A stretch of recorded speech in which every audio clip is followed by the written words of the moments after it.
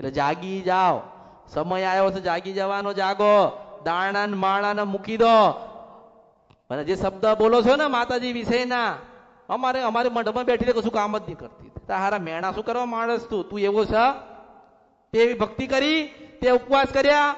હું પૂછું, લોકો કહે ને કે અમારા ઘરે મઢે માતાજી બેઠ્યા તો કશું કામ જ નહીં કરતા. તારા બાપના બાપ નતા ને ત્યારની એ બેઠી છે, તો એને ખબર હશે ને કે શું ગુનો ભૂલ કરીને ગયા. એવું કહેતા આવડ્યું કે અમારા મઠમાં બેઠેલી છે, અમારે કોઈ કામ કરતી નથી. એ માં છે, દાસી નહીં. શું છે? તો જીદ કર્યો ને તો માની પાસે કરાય કે ના કરાય? કરાય ને. આપડે બાપાને કહેતા હતા ને બાપુજીને, ના મારા વસ્તુ જોઈએ, મારા વસ્તુ જોઈએ, ના મને લઈ આલો. કહેતા હતા નાના બાળક બનીને. તો મોટા થઈને એટલી અરજી કરો કે માં તારા દર્શન જોઈએ, તારા દર્શન જોઈએ, તારા દર્શન જોઈએ. અને પાછી જો મંદિરમાંથી નીકળીને દર્શન ના દે ને તો મારા અવતારમાં ખોટ પડ્યો કહેવાય આ કળિયુગમાં.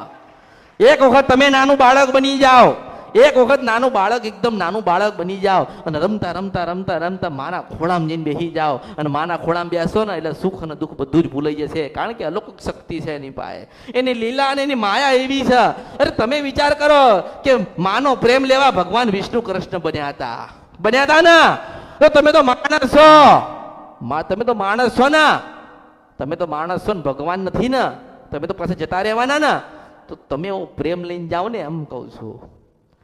શું કરવા પાપના ભાગીદાર બનીને જાઓ છો? શું કરવા જોવડાવો છો? જેની માં રાજી છે ને, જેની માં રાજી હોય ને એને દુઃખ ના હોય. માં કેમ રાજી નથી? કે આપણે કઈક ભૂલા પડ્યા છીએ. એટલે હું કહું છું કે ઓળખો તો ઓળખાય. કોઈ દાડો આરતી કરી હોય? આરતી કરીશ કોક દાડો મંદિરે? કે આજે ઉપવાસ છે તો હેડો આરતી કરીએ. કરો એક દાડો આરતી. 5 ડિબેટ મૂકો, ઘંટડી વગાડો, બધા ભેગા થાવ, તાલી પાડો. જય કાળકામાં, જય મેલડીમાં, જય ખોડિયાલમાં, જય બ્રહ્માણીમાં. એક વખત કરો તો ખરી.